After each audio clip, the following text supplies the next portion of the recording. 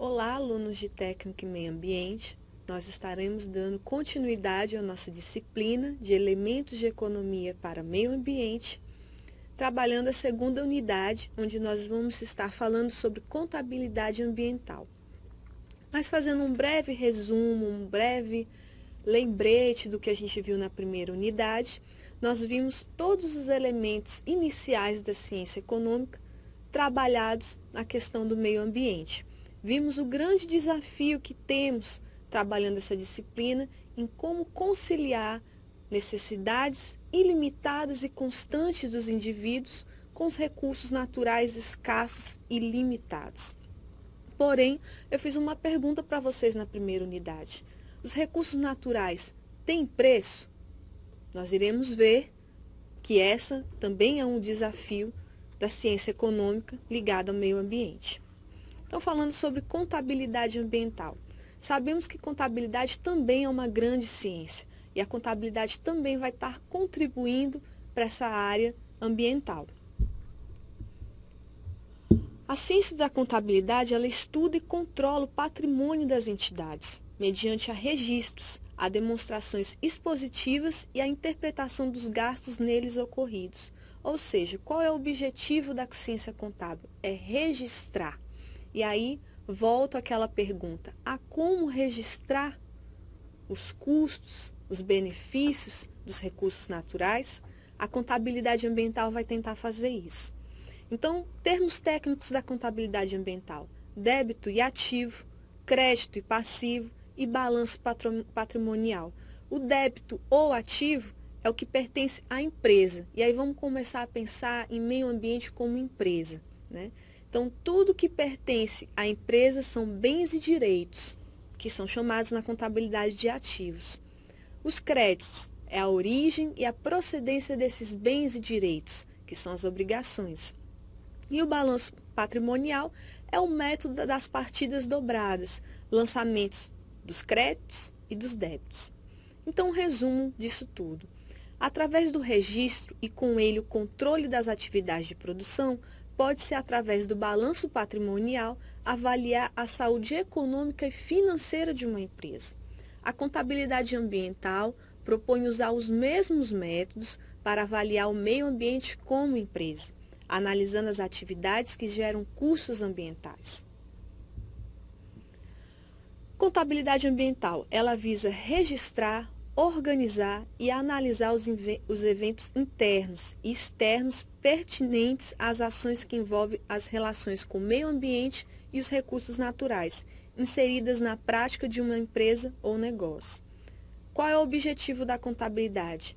É assegurar os custos e as relações de impactos ambientais, né, que a gente vai chamar de ativos, os positivos, e de negativos, os passivos, e um registro analítico do desempenho ambiental. E esse registro ele tem que ser transparente e acessível. A gente vai ver que esse registro ele vai ter muita dificuldade por inúmeras coisas. E uma delas é essa questão de ser transparente e acessível. Será que as empresas poluidoras vão querer estar mostrando os custos ambientais que a forma de produção delas gera para o meio ambiente? Isso vai ter um grande conflito de interesse. E a gente vai ver o quanto isso prejudica para que a gente possa estar mensurando esses custos e benefícios. Então, custos ambientais é o esforço aplicado na produção, mais prejuízos ambientais causados pelas atividades que serão somadas a outros fatores na formação de preços. Então, aí a gente começa a ver que existe essa possibilidade de estar precificando os recursos naturais. Mas será que nós vamos conseguir mensurar o preço dos recursos naturais? Então, falando em custo interno, é o absorvido pela empresa, e custo externo, os não absorvidos pela empresa. Então, são elementos que a contabilidade ambiental vai estar trabalhando e tentar organizar para poder registrar os custos e os benefícios dos recursos naturais. As externalidades. A gente viu na primeira unidade que as externalidades são as consequências, são coisas que, enfim, nós não temos mais o que fazer, elas já aconteceram, já existem e a gente precisa trabalhar, né, uma forma de conter o avanço delas. Então, as externalidades de utilização de um bem comum é o meio ambiente, né, que é um bem coletivo, porém, apesar de não ter preço, possui um valor econômico e que gera grande complexidade para sua mensuração. Ora, a gente já começa a ver que há necessidade de precificar o meio ambiente, os recursos naturais, mas que é muito complexa essa mensuração. Custo social é qualquer ato ou atividade que provoque danos ou alterações ao meio ambiente e que o responsável não esteja pagando diretamente por isso, gerando um custo ambiental à sociedade. Então, derramamento de petróleo em bacias hidrográficas, buraco na camada de ozônio são externalidades, são consequências onde há um custo social. Todo mundo paga por isso, mas a pessoa que causou, na verdade, não está pagando diretamente por isso. Aplicação da contabilidade ambiental. A conscientização que os recursos naturais são finitos e que a preservação dos mesmos é necessária para a continuidade do sistema fez com que os agentes econômicos a cada dia tenham mais consciência que a gestão dos processos produtivos devem ser sustentáveis. As empresas podem prestar conta com a sociedade através de capacidade da empresa em gerir questões ambientais e seus processos, demonstração do progresso e ganho ambientais ao longo do período, e controle dos potenciais riscos ambientais que os processos produtivos da empresa possa estar gerando para o meio ambiente. Então, na verdade, já existe essa consciência social, né? As crianças hoje, desde pequenas, já estão sendo educadas dessa forma. Então, as empresas estão começando a se preocupar com a sua responsabilidade social e ambiental perante a sociedade. Resistências e obstáculos. Gradativamente, as empresas no Brasil estão implantando a contabilidade ambiental, porém, nas pequenas e médias empresas ainda há muita resistência. Aí a gente volta a lembrar de um slide onde eu falei que o registro das informações, elas precisam ser transparentes e acessíveis. E eu não sei se eu falei isso para vocês em outros slides, nos países de primeiro mundo já ocorre isso. Mas aqui no Brasil ainda há muitos obstáculos e resistências em relação ao registro e à publicação desses resultados.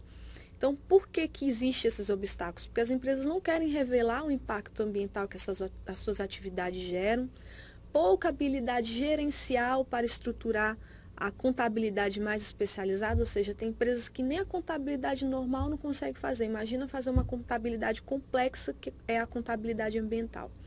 E não há cultura de registrar adequadamente os passivos ambientais. Então, tudo é muito novo, né? A contabilidade ambiental ela está sendo inserida, né, no mercado, no ambiente competitivo das empresas, mas ainda aqui no Brasil tudo é muito novo, dado essas informações que eu falei. Então, logo, a contabilidade ambiental é uma ferramenta nova e necessária para garantir a gestão plena e compatível com os preceitos de conceito de desenvolvimento sustentável. Mas por ela ser nova, ela ainda está sendo pouco utilizada. Aplicação da contabilidade ambiental. A gente vai falar um pouco aí sobre ativo ambiental. São decorrentes das ações de recuperação ambiental que minimizam ou neutralizam um impacto ambiental negativo. Exemplo, poluição, degradação ou contaminação. São ações que vão minimizar essas externalidades. Outros exemplos, reaproveitamento de papel, receita obtida com a venda de lixo reciclável, investimento em pesquisas de tecnologia limpa. Então, imagine o quanto as tecnologias limpas podem estar gerando de benefícios, de créditos, né, para esse balanço social, que na verdade a gente vai falar sobre isso na próxima unidade. Passivo ambiental é as obrigações decorrentes do ato degradador ao meio ambiente, que gera custos para reabilitá-lo, né? Exemplo, derramamento de óleo em rio, liberação de esgoto sanitário em rios sem tratamento. Então, são as externalidades, né? São as externalidades que são necessárias serem contidas, já que não tem mais o que fazer por elas já terem ocorrido. Mensuração, né? A mensuração desse passivo ambiental é dado pelo orçamento do processo de recuperação ambiental, ou seja, custos e recursos envolvidos contabilizados em uma única conta de investimento. Métodos de mensuração. Existem alguns métodos que a ONU determinou, né? Só que, assim, como eu falei, eles são um pouco complexos. A gente vai estar dando exemplo de alguns. Tem o preferido, que é considerando o valor presente, que é o método atual, e tem o aceitável, que é a previsão de gastos antecipados durante o exercício em um curso. É como se fosse um balanço mesmo. Existem também os estudos de impacto ambiental, que já são mais utilizados, principalmente nos países de primeiro mundo, que é um laudo técnico que evidencia os impactos ambientais que a atividade pode provocar e apresenta medidas para a contenção dos mesmos. E o RIMA, que é um relatório feito a partir desses estudos, né? Ele é um relatório que relata o processo operacional previsto nesses estudos, né? Que é o EIA, indica o imediato estado dos equipamentos que estão sendo utilizados no processo, se necessitam de manutenção ou outra coisa. Então, são dois relatórios, é um estudo onde compõe um relatório que já está sendo mais utilizado para se estar mensurando essa contabilidade ambiental. Esses métodos são passíveis de atualização monetária, devendo ser escolhido o que mais se aproxima da realidade econômica financeira da empresa, né? Então, na verdade, são métodos para se avaliar se a empresa está gerando um benefício, né? Ou se ela está gerando um custo ambiental. Esse é o objetivo da contabilidade ambiental. Então, fazendo um resumo, né, dessa segunda unidade, nós vimos a aplicabilidade da contabilidade ao meio ambiente, onde nós chamamos de contabilidade ambiental. Ela vê o meio ambiente como uma empresa e começa a definir quais são os benefícios e quais são os custos que as atividades econômicas podem estar gerando para o meio ambiente. Com qual objetivo? Com o objetivo de precificar os recursos naturais. Mas será que há como precificar esses recursos naturais?